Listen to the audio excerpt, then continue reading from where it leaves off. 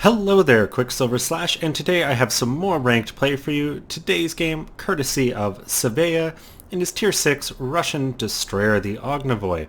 He's come to fall in love with this ship, and I can understand why. It's really the first time I think the Russian ships start to really feel like that line, and the Kiev, I find, is the sweet spot. Just getting those extra two guns, but still small and maneuverable and stealthy. But the Ognavoy is no slouch, and Savea is going to prove that in this fight. And already you should start to notice one thing wrong with his team. An AFK battleship. Down here, doing nothing. Let's see, there he is, that Fuso. And, you know, random battles are hard enough when you've got a AFK ship. Ranked battles, it's just unfair. And I think there needs to be a very harsh punishment for AFK players in ranked, because you're committing to something more. Like, when you join a random battle, if something comes up and you just have to get up and leave, that's okay. But in ranked battles, you shouldn't be sitting down if you know something could, you know, food's coming to the doorbell or something, because, you know, it's hard enough to grind all the way to 1, let alone when you've got people on your team not showing up and giving no reason for it. Now I understand sometimes there are disconnection issues, which could be possible with that Fuso. I can't tell based on his guns from this far. And if that happens, that sucks, but right away, Savea runs into the enemy Farragut, and it's hard to say out of these two ships which I prefer more. I think I'd have to go with the Ognavoy just for the better shell travel. You can make up for the kind of slowed guns and the slow traverse of the guns. It can be hard at range to really make use of those high arc American guns. And it's a reason I really do like the Ognavoy and the Kiev. But by the time you get to Tier 8, for me, it's the American line is the superior one. One of the other things you'll notice Savea's team is doing is they've split up. So they were already down one ship, and he has two guys on his team who have gone to the south, a battleship and cruiser, alone. You know, if it was a cruiser and a destroyer, you can at least get the mentality that the destroyer is going to interrupt the cap, the cruiser's there for support. But what are a Tier 6 battleship and cruiser going to do against a Tier 6 destroyer? They're not going to be able to get in and attack, and they don't have radar. And what makes it worse is you can see the enemy team has pushed to A. So it really was just one destroyer from the enemy team that went there. The rest are all up here, meaning it's 4 on 6, really. And that stinks. I think Savea made a smart move, pulling out of the cap. You can get tempted into staying in there, trying to interrupt it, or even capture it. When the odds are really in your favor, he pulls back and can still put fire in at that spotted American destroyer, who finally gets finished off.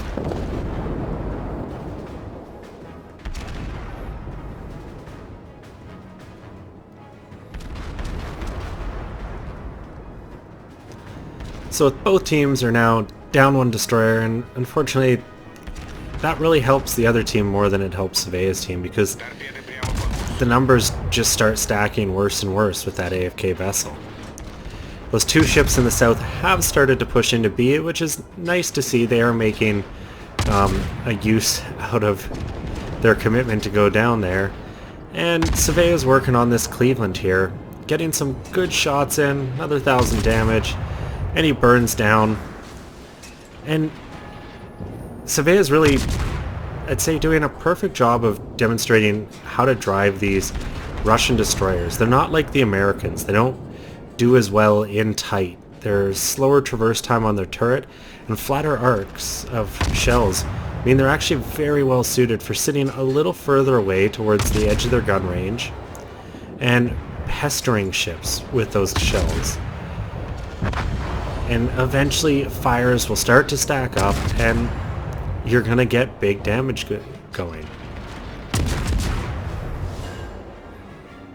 So far he hasn't had so much luck himself lighting a fire, but as soon as I say something, he gets one. And now that Fuso has 2 fires lit on it, and that health will start to tick away.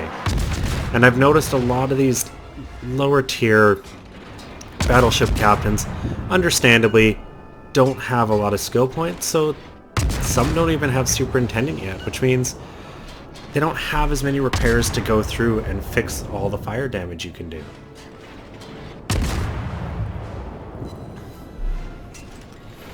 So his teams managed to do well in the south. They got the other destroyer down there, and they got that Cleveland, but they lost one of their destroyers up here in the north.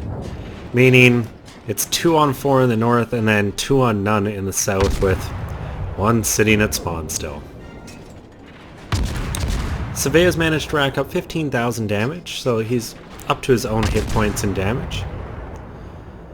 And you can see he continues to just fire, trying to hit that Fuso even after he's been spotted. But they're definitely going to have some work ahead of themselves up here because of that New Mexico and Fuso pushing around to the north. You can't fight that. Had it been higher tier and you have long-range torpedoes, yes, you can stall it by putting torps there. But at tier 6, he's not so fortunate as to have, 9.2, 10k torpedoes. Or the 8s that I think the Russians actually get. Surveyor pops a smoke, trying to help this Cleveland out. You can see he came up in speed. He's trying to get a solid wall of smoke between that Cleveland and the enemy vessels and keep them alive, but didn't end up helping them.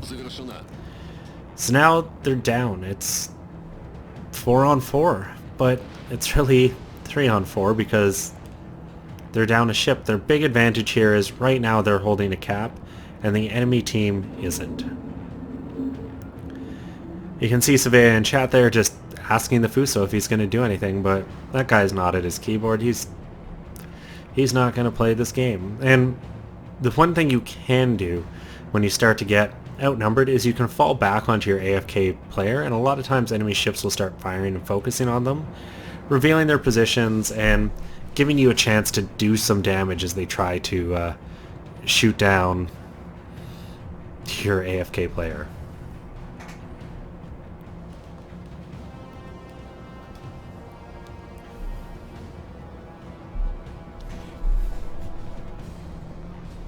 And you can see those cap points continue to just slowly rack up. And it's not a ton, but it's a lead that will come in handy. He fires off there and gets spotted, but no surprises, the ship can't stealth fire, which is really the biggest detractor from these lower tier ships. Be a little broken if they could, because you'd have, a massively skilled captain, most likely, if they're stealth firing in a low tier ship. You can do some real damage.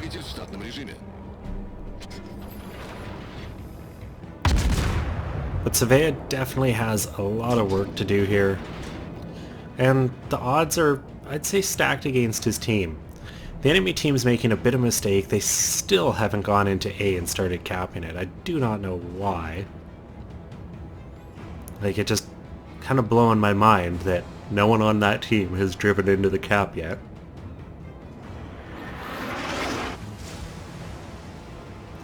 And Surveyor's kind of stuck in this awkward spot where he needs to be shooting his guns, but he can't because there's a Cleveland right there.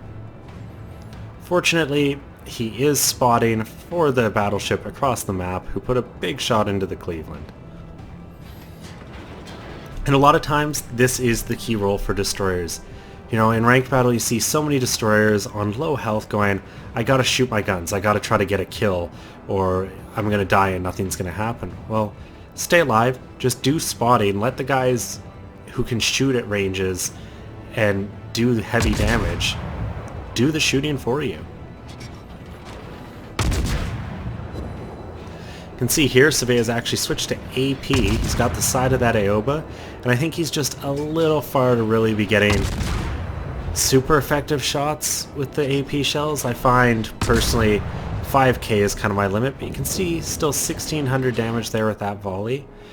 Definitely a respectable amount, and those couple volleys brought him up to 20,000 damage.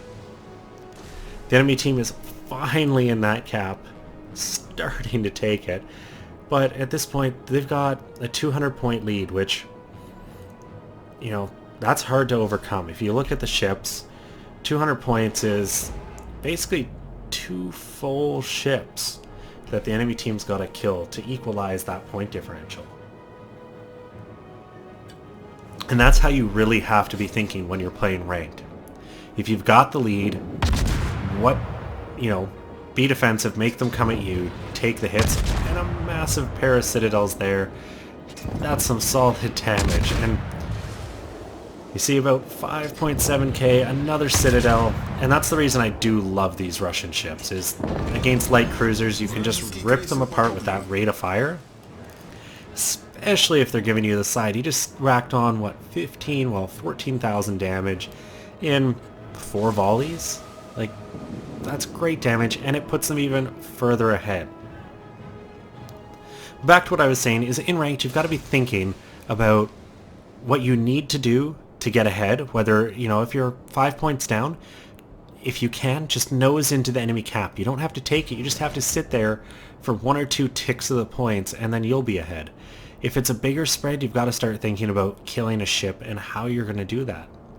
And if you've got the lead, just put it in your head.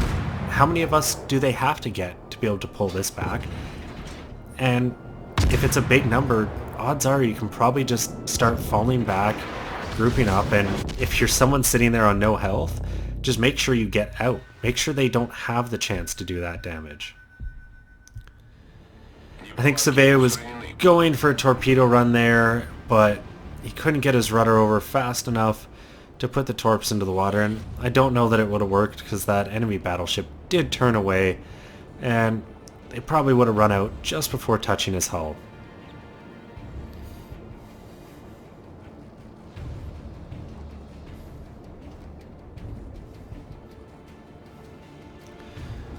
So now he's kind of stuck in that no man's land. He doesn't have any close support, so he can't really pull out too much. He can see where the Fuso's aiming, and he does have smoke. But you can see he puts the brakes on and gets back behind that ledge before taking a hit. And I think that was a smart play. Other option would have been pull out, activate your smoke, slowly drive through it, and try to get torps fired back. But that may not have worked, and I think what he's doing here really is just trying to keep it spotted, which he doesn't have to because the AFK ship at least is doing that part and still actively spotting enemies. And he does finally end up popping his smoke, and he's going to use that to get across this gap, and I'm guessing he's about to assault this New Mexico here. He's got 24,000 hit points just waiting to be eaten up.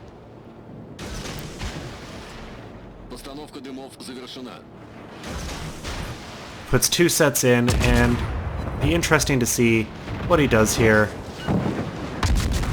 Nice, gets all of them in.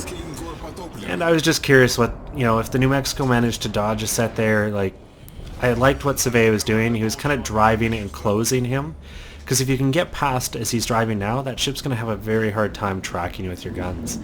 And those are things you need to think about too when you're driving a DD.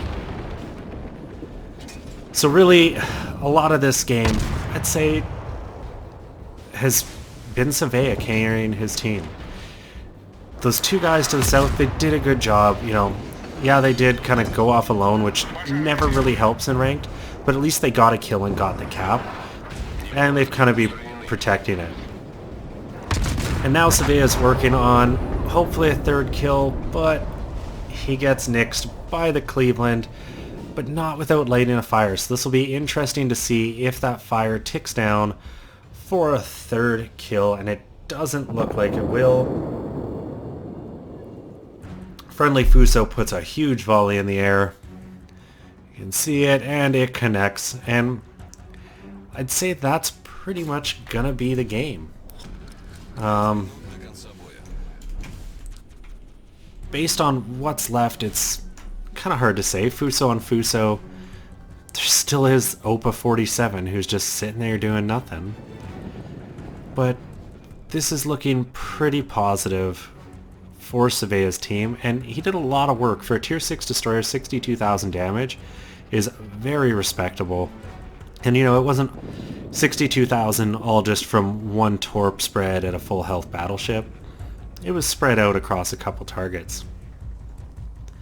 And you can see this one's really going to end a one-on-one duel, so to the best battleship goes the game.